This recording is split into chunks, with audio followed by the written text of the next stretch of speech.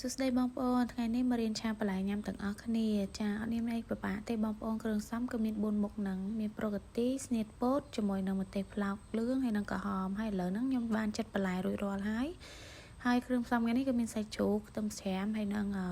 ស្លឹកខ្ទឹមរបស់យើងហ្នឹងអញ្ចឹងមុនពេលដែលយើងឆាក៏យើងត្រូវដាក់ខ្ទះដាំទឹកសិនណាបងប្អូនnhưng ខ្ញុំតែងតែធ្វើវិធីសាស្ត្របែបនេះព្រោះដោយសារធ្វើបែបនេះគឺឆាទៅវាเป็นរសជាតិឆ្ងាញ់ហើយមុននឹងយើងដាក់សបន្លែយើងដាក់អំបិលក្នុងទឹកក្តៅនឹងបន្តិចមកបន្ទាប់មកយើងបន្ថែមប្រេងឆាបន្តិចខ្ញុំធ្វើបែបហ្នឹងគឺដើម្បីសម្រាប់មេរោគក្នុងបន្លែរបស់យើងឲ្យបន្លែយើងហ្នឹងពេលខ្លះគឺមានសារធាតុថ្នាំអីចឹងណាបងប្អូនអញ្ចឹងយើងជួយសម្រាប់មេរោគហើយមួយទៀតប្រេងឆាជួយឲ្យបន្លែយើងទន់ពេលដែលស្រោចមើលទៅបន្លែយើងរៀងទន់ល្មមហើយយើងស្រង់បន្លែហ្នឹងដាក់ចូលក្នុងទឹកត្រជាក់មកចាធ្វើបែបហ្នឹងរសជាតិបន្លែយើងគឺរក្សាពណ៌ហើយនឹងរសជាតិនៅឈប់ដដែលបន្ទាប់មកស្នៀតពោតយើងត្រូវស្រុះដូចគ្នាអញ្ចឹងត្រឡប់ទៅត្រឡប់មកយើងស្រង់ដាក់ចូលទឹកត្រជាក់ដូចគ្នាណាបងប្អូនត្រាំដូចគ្នាមកចឹងបងប្អូនធ្វើវិធីសាស្ត្របែបហ្នឹងគឺបងប្អូនឆាញ៉ាំទៅវាអត់ធំក្លិនកពុលណាពេលយើងបានស្រោចបន្លែហ្នឹងហើយបន្ទាប់មកទៀតយើងសម្អាតខ្ទះឲ្យស្អាតមកយើងចាក់ប្រេងឆាចូលណាបងប្អូនទាំងអស់គ្នា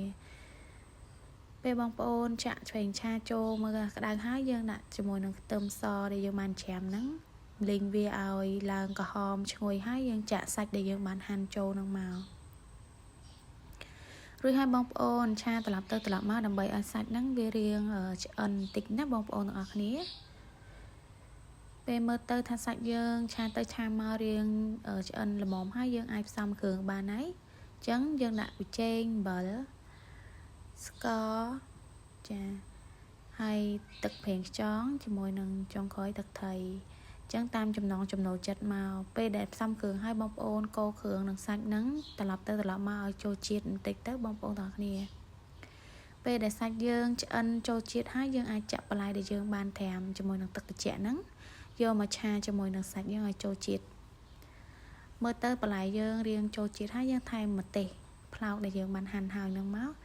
វាជួយឲ្យសម្រស់ឆាបន្លែរបស់យើងកាន់តែមើលទៅទំនងហើយមានរសជាតិឆ្ងាញ់ហើយបងប្អូនចង់ឲ្យបន្លែទន់ថែមទឹកបន្តិចមកដើម្បីឲ្យរសជាតិឆ្ងាញ់ទៀតចុងក្រោយយើងដាក់ជាមួយលឹកខ្ទឹមហើយបងប្អូនភ្លក់មើលបើសិនជារសជាតិតម្រូវត្រូវឆ្ងាញ់ប៉ុណ្ណឹងហើយបងប្អូនថែមគ្រឿងទៀតនឹងតាមចំណង់ចំណូលចិត្តបងប្អូនទៅសម្រាប់ខ្ញុំគឺអូខេហើយនេះគឺបានឆ្អិនរួចរាល់ហើយបងប្អូនយើងអាចញ៉ាំទាំងអស់គ្នាបានអរគុណ